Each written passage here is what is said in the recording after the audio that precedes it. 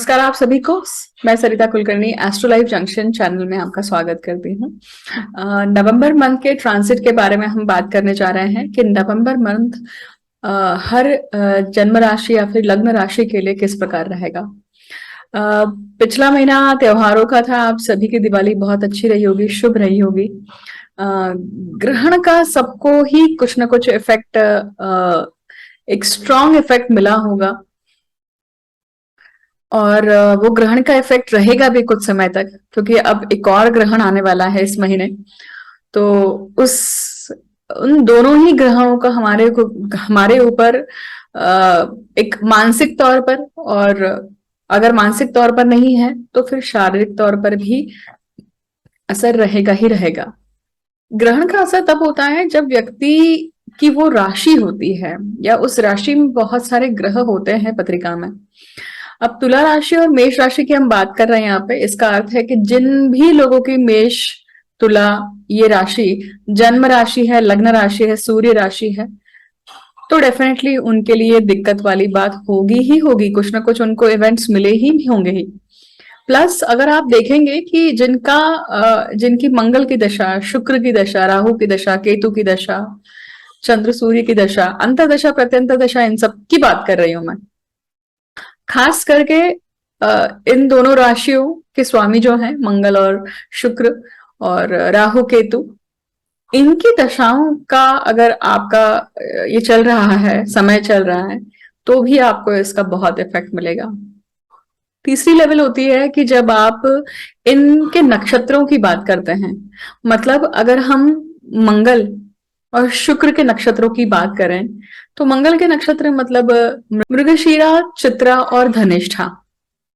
उसी प्रकार से शुक्र के नक्षत्रों की अगर बात करें तो भरणी, पूर्व फाल्गुनी और पूर्व आषाढ़ा।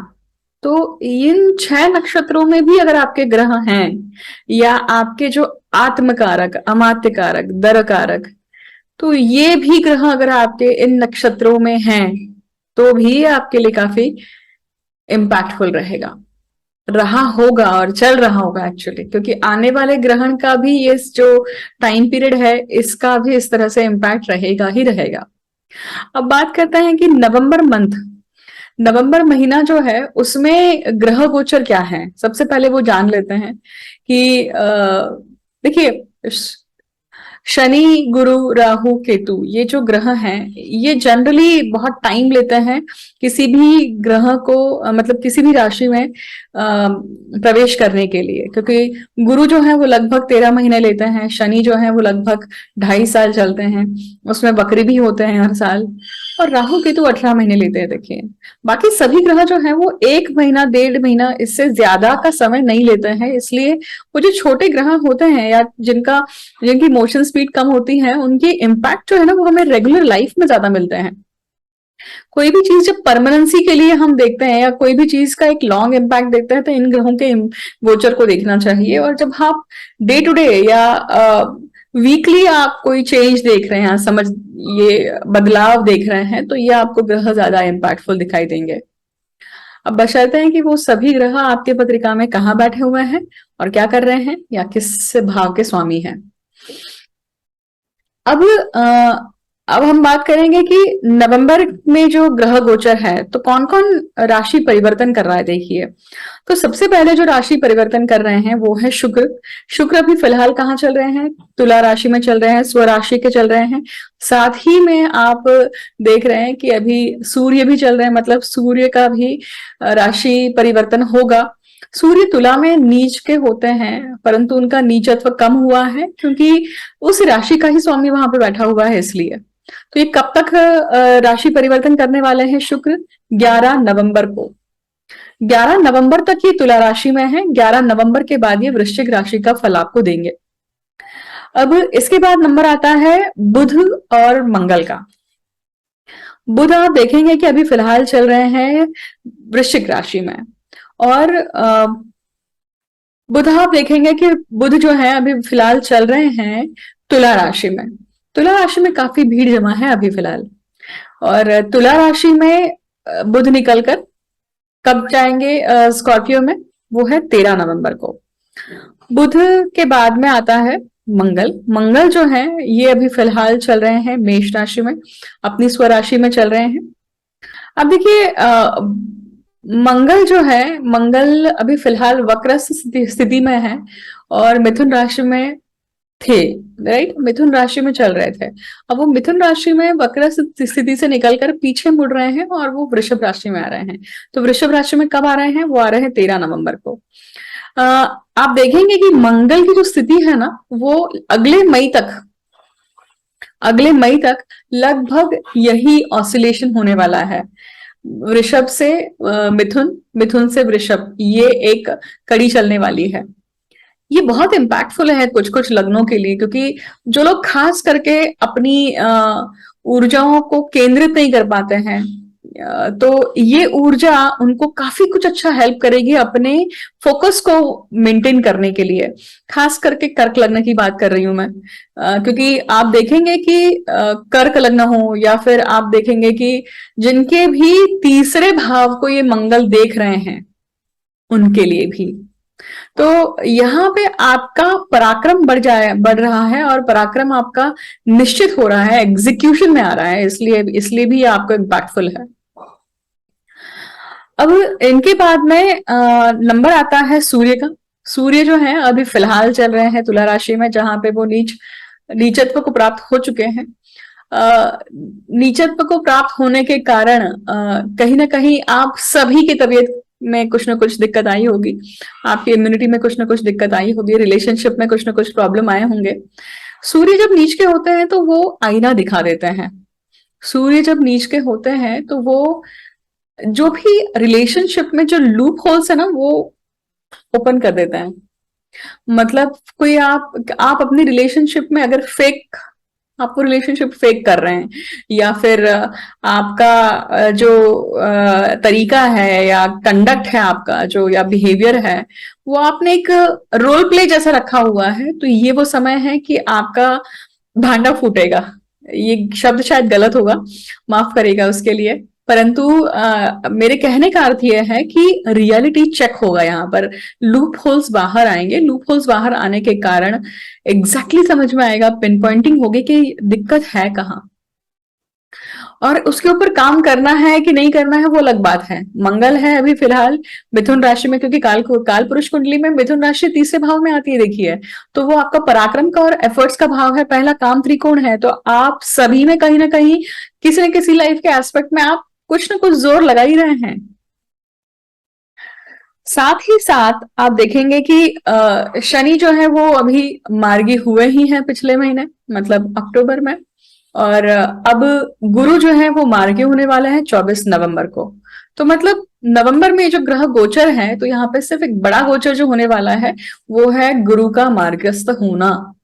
गुरु मार्गस्थ अपनी ही राशि में होने वाले हैं, मतलब मीन राशि में ही जो वक्री हुए थे, अब वहीं से वो पलटकर आगे बढ़ना शुरू करेंगे। और नेक्स्ट जो उनका राशि प्रवेश होगा वो होगा मेष राशि का, जो कि अगले साल है। तो इस प्रकार से नवंबर के ग्रह गोचर रहेंगे। अब हम देखेंगे कि हर पर्टिकुलर राशि के लिए ये किस प्रकार से फलीभूत होने वाले हैं। तो मेष से लेकर मीन तक के राशियों के बारे में हम अब चर्चा करेंगे और जानेंगे कि ये जो गोचर है हर लग्न के लिए भी किस प्रकार से प्रभावित रहेगा। आप सभी लोग बड़े कंफ्यूज होते हैं, भगवान जाने क्यों कंफ्यूज होते हैं। मैं हर बार बोलती हूँ कि लग्न राशि जो है वो आपके शारीरिक इम्पैक्ट को बताती है, या जो भी ग्रह है, ग्रह का गोचर हो रहा है, उसका इम्पैक्ट आपके शरीर के ऊपर किस तरह से रहेगा। चंद्र राशि जो है, जहां पे चंद्र स्थित होता है, वो आपके मानसिक स्तर को दर्शाती है कि आपके ऊपर मानसिक तौर पर किस प्रकार से ग्रहों का एक इन्फ्लुएंस रहेगा। कंफ्यूज मत होइए और लिख के रखिए कहीं, अगर आप याद नहीं रख पा रहे हैं तो।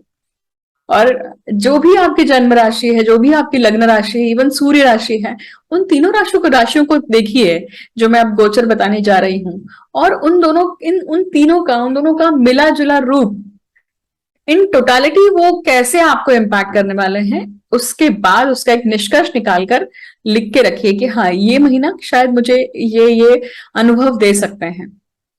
लास्ट बट नॉट लीस्ट, कि ये एक जनरल प्रिडिक्शन का वीडियो है। देखिए, जो लोग कंसल्टेशन नहीं ले पाते हैं, जो लोग कंसल्टेशन अफोर्ड नहीं कर पाते हैं, स्पेशली उन लोगों के लिए ये एक प्रयत्न है कि उनको एक एक एक मोटे मोटे तौर पर क्या एक्सपेक्ट करना चाहिए इस महीने, क्या हो सकता है, क्या संभावनाएं हैं, वो उनको मिल सकती हैं। बाकी जब आप अपनी अपनी पत्रिका का विवेचन करवाते हैं तो वो आपका कस्टमाइज, आपका पर्सनल विवेचन है, जहां पर आप अपने पत्रिका के अनुसार, क्योंकि हर पत्रिका यूनिक होती है और उसका एक एक ढलन होती है। देखिए, एक स्केलेटन होता है। आपकी पत्रिका में कौन से, आपकी अभी ग्रह दशा क्या चल रही है, आपका अष्टक पर क्या कहता है, या आपके ग्रह गोचर आपके जन्मस्थ गोचर पे किस प्रकार से परिणाम करते हैं या कनेक्शन बनाते हैं, ये एक वैयक्तिक बात है। देखिए, एक वैयक्तिक बात है, मतलब तो ये वैयक्तिक रूप से जब आप देखते हैं, विवेचन करवाते हैं, तो ज्यादा इम्पैक्टफुल, ज्यादा एक्यूरेट रिजल्ट मिलते हैं। हालांकि आप सभी ने मुझे बहुत प्रोत्साहन दिया है, क्योंकि आपको प्रिडिक्शंस काफी फलीभूत होते हुए दिखे हैं। तो मैं वापस से अनुरोध करूंगी कि नवंबर महीने में भी जो आपको अनुभव आते हैं, तो वीडियो के कमेंट सेक्शन में आके जरूर साझा कीजिएगा। और हम बढ़ते हैं आगे। अब बात करते हैं कर्क राशि के लिए, या फिर कर्क लग्न के लिए, या फिर आपका सूर्य अगर कर्क राशि में है तो भी, अगर ये तीनों ही स्थितियां आपके लिए पत्रिका में बनती है तो ये वीडियो आपके लिए है। अब जानते हैं कि नवंबर का जो राशि फल है आपके लिए किस प्रकार से रहेगा। चलिए बढ़ते हैं चार्ट की तरफ। अब ये स्थिति जो आप देख रहे हैं पत्रिका में, ये 1 नवंबर की स्थिति है, और मैंने शुरुआत में ही आप सबको क्लियर किया है कि ग्रहमान स्थिति बदलने वाली है। मतलब ग्रहों की जो स्थिति है, राशि परिवर्तन होने वाले हैं, तो वो राशि परिवर्तन के डेट्स आप शुरुआत में चेक करिए। लग्न की बात करते हैं, लग्नेश की बात करते हैं। लग्नेश जो है वो चंद्रमा है। चंद्रमा जो है एक राशि को ट्रैवल करने के लिए लगभग 2.5 दिन लेते हैं। इसका अर्थ है कि जो हर भाव में ये इतना समय गुजार के 1 महीना कंप्लीट करते हैं, इसका अर्थ है कि अमावस्या और पूर्णिमा के समान इनके फल मिलते हैं। जैसे ही कलाएं बढ़ती हैं, आपकी आपकी मानसिक स्थिति या आपके मूड के फ्लक्चुएशंस बढ़ते हैं, आपके डिसीजन मेकिंग इसके ऊपर इम्पैक्ट करती है। कर्क लग्न के जातकों के लिए कर्क मतलब तर्क, बहुत सिंपल सा लॉजिक है यहाँ पर। तो तर्क तभी बनता है जब चंद्रमा को बल रहता है, और चंद्रमा को जब बल रहता है तब व्यक्ति की मानसिक जो स्थिति है वो काफी स्ट्रांग रहती है, अच्छी रहती है डिसीजन मेकिंग के लिए। तो जैसे ही अमावस्या पास रहती है, कर्क जातकों के लिए भी अभी जो ग्रहण गया है वो भी काफी इम्पैक्टफुल रहा है। बड़ा टाइम लगा होगा आपको उसमें से निकलने के लिए, 3-4 दिन आराम से लग गए होंगे मूड को ठीक करने के लिए, काम को करने के लिए, आलस्य को छोड़ने के लिए, या फिर अपने मूड को अपलिफ्ट करने के लिए। डिप्रेशन का माहौल भी बना होगा कहीं ना कहीं, बट परंतु याद रखिएगा कि ग्रहण जो है वो कुछ ही समय के लिए छाता है, उसके बाद में निकल जाता है। परंतु उस टाइम पीरियड में आप अपनी तरफ से क्या कर्म करते हैं ना, उसके ऊपर डिपेंड करता है कि आपको आगे चल के फलित क्या मिलने वाले हैं। अब बात करते हैं यहाँ पे दूसरे भाव के, कुटुंब भाव के। कुटुंब भाव का स्वामी सूर्य है, और सूर्य फिलहाल की स्थिति में नीच राशि में बैठा हुआ है। इसका अर्थ है कि आपका जो धन है, आपकी जो वाणी है, आपके कुटुंब के साथ में काफी मेलजोल हुआ होगा या चल रहा होगा। आप समय भी स्पेंड कर रहे होंगे कुटुंब के सदस्यों के साथ में। अब ये कुटुंब मतलब आपका इमीडिएट फैमिली, मतलब आपका पति या आपकी पत्नी या आपके बच्चे, ऐसा नहीं है। आपके भाई बहन, सिबलिंग्स, या आपके कुटुंब के लोग, इन सभी की मैं बात कर रही हूँ। और जब आप ये गेट टुगेदर कर रहे होंगे, जब आप ये मेल मिलाप कर रहे होंगे, तो आपको नजर आता होगा, आपके ऑब्जर्वेशन में आया होगा कि लोग का जो रिएक्शन है या लोगों के जो बर्ताव है, उसमें आपको कमियां, त्रुटियां, रिलेशनशिप के जो इश्यूज हैं वो आपको नजर आए होंगे सूर्य के प्रकाश के कारण। सूर्य जब नीच की स्थिति में होता है तो वो रियलिटी चेक देता है, वो लूप होल्स दर्शाता है कि व्यक्ति आप उस रिलेशनशिप पे क्या फेक कर रहे हैं, ऐसा क्या है जिसके कारण वो जो रिलेशनशिप है वो चल रही है। अगर ये फेकनेस छोड़ दी जाए तो शायद रिलेशनशिप मर जाएगी या रिलेशनशिप टिक ही नहीं पाएगी। तो वो धागा है, वो धागा आपको दर्शा रहे हैं वो, और you have to hold on to that thread.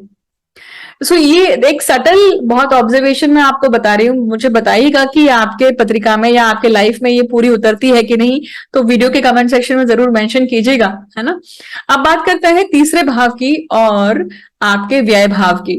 तीसरे भाव और व्यय भाव का स्वामी आपका बुध है, जो कि चतुर्थ भाव में बैठा हुआ है। चतुर्थ भाव का जो सुख है, वो सुख जो है वो आपके पराक्रम और आपके व्यय से जुड़ा हुआ है। इसका अर्थ ही हुआ कि जब चतुर्थ भाव मतलब सुख में जब ये दोनों भाव के स्वामी चले जाते हैं, तो जब तक आप कर्म नहीं करेंगे, जब तक आप प्रयत्न नहीं करेंगे, तब तक व्यय भाव भी फुलफिल नहीं होगा।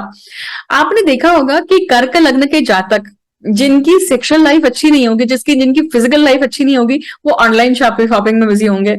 जब भी लैपटॉप के सामने फोन को लेकर बैठे होंगे, वो सर्फिंग कर रहे होंगे, कोई ना कोई सी शॉपिंग को देख रहे होंगे, या कहीं ना कहीं आपकी जो एनर्जी है वो ऑनलाइन कैसे आप पैसा खर्च करें या कैसे आपसे पैसे खर्च होंगे। आपने ऑर्डर भी किए होंगे, अमेजोन ऑर्डर हो सकते हैं, फ्लिपकार्ट ऑर्डर हो सकते हैं, किसी ने मोबाइल को ऑर्डर किया होगा, नया फोन बदला होगा, ये सारी चीजें हुई होंगी। देखिए, तो याद रखिएगा कि 12th हाउस की अलग अलग एनर्जीज हैं, किसको आप टैप कर रहे हैं उसके ऊपर डिपेंड करता है कि आपको सुख कहां से मिल रहा है।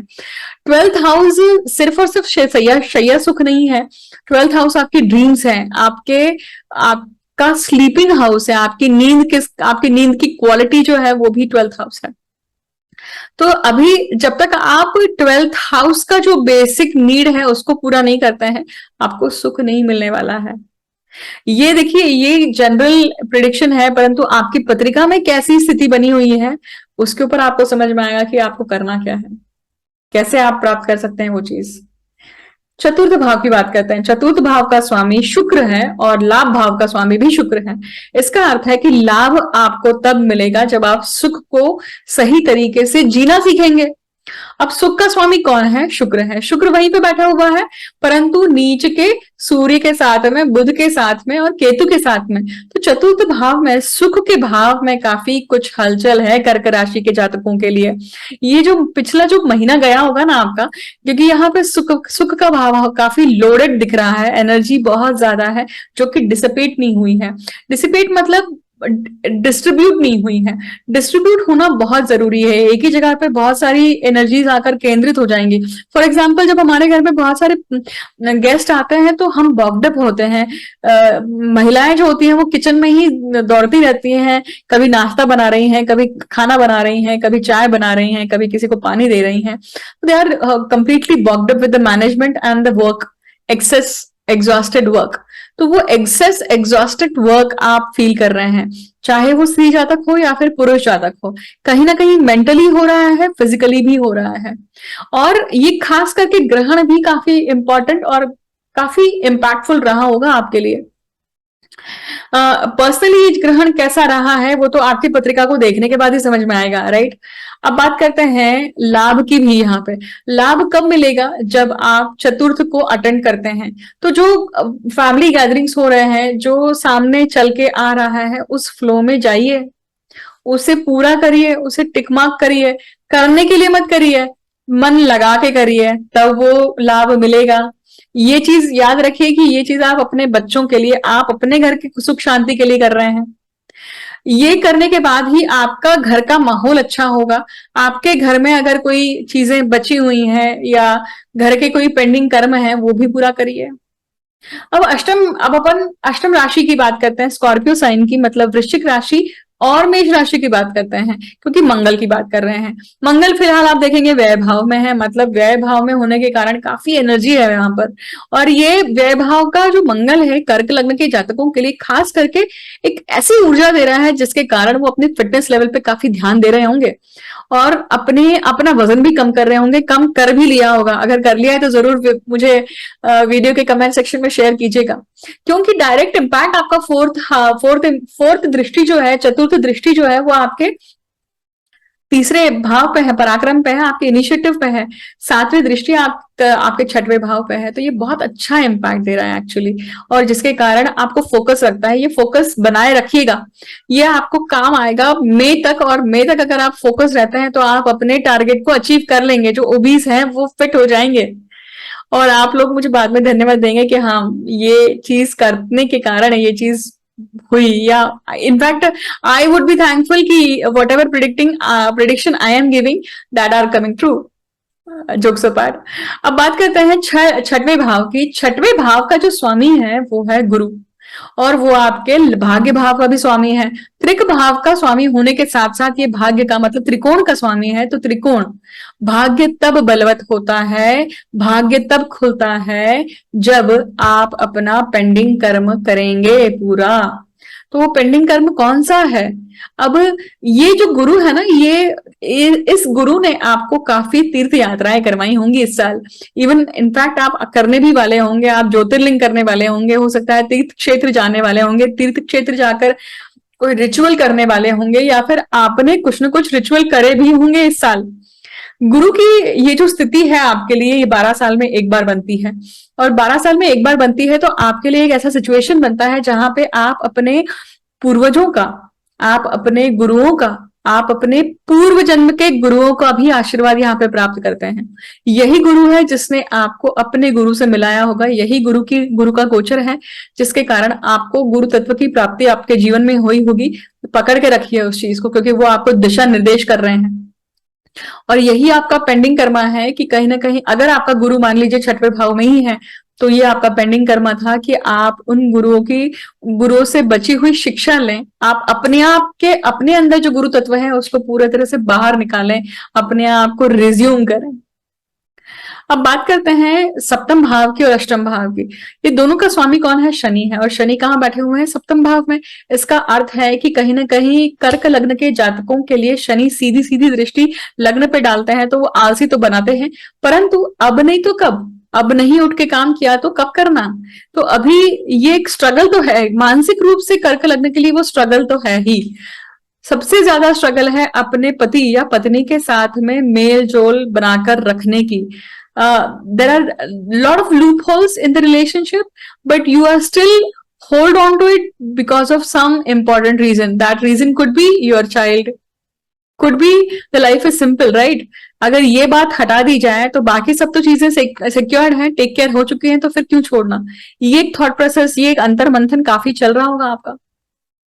अष्टम भाव का भी स्वामी सप्तम भाव में है, तो मैं कहूंगी कि कहीं ना कहीं कर्क लग्न के जातकों के लिए सेक्सुअल प्लेजर की तो पूरी वाट लगी हुई है, या फिजिकली सुख लेना, ये एक डेफिनेटली कहीं ना कहीं मिसिंग पार्ट उनके जीवन में चल ही रहा होगा। ये अगर वैसी स्थिति है आपके जीवन में और वो क्यों है, उसको अगर एड्रेस करना है तो आप जरूर मुझसे कंसल्टेशन लीजिएगा।